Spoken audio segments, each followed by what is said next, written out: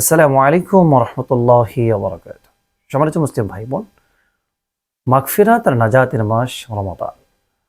রমাদান আসছে আপনাকে আমাকে মুত্তাকি বানানোর জন্য।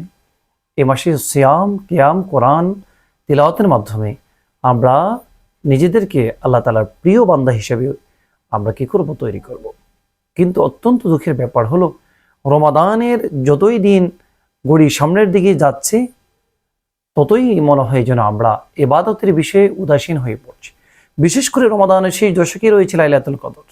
কিন্তু এত গুরুত্বপূর্ণ একটা সময় আমরা দেখতে পাই আমাদের অসংখ্য মুসলিম ভাই এবং বোন, তারা ইবাদত থেকে তারা তখন গাফেল হয়ে কেনা কাটায় বাজারে তারা মগ্ন এবং ব্যস্ত থাকে। বাজারগুলোতে নারী এবং পুরুষের ভিড়, নামাজের বিষয়ে তাদের কোনো খবর নেই, ইবাদত বন্দেগীর বিষয়ে কোনো খবর নেই। এটা একজন মুসলিম হিসাবে কখনো আমরা একজন মুসলমানের কাছ থেকে কামনা করি না বা আশা করছি না। সম্মানিত দিনে ভাই বোন, আসুন, রমাদান হলো ট্রেনিংয়ের মাস, রমাদান হলো ঈমানকে মজবুতি করার মাস।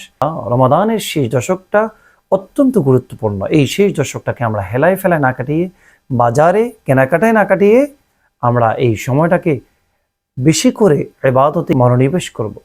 তাহলে আশা করা যায় আল্লাহ তাআলার কাছে আমরা সবচেয়ে প্রিয় বান্দা হতে পারব।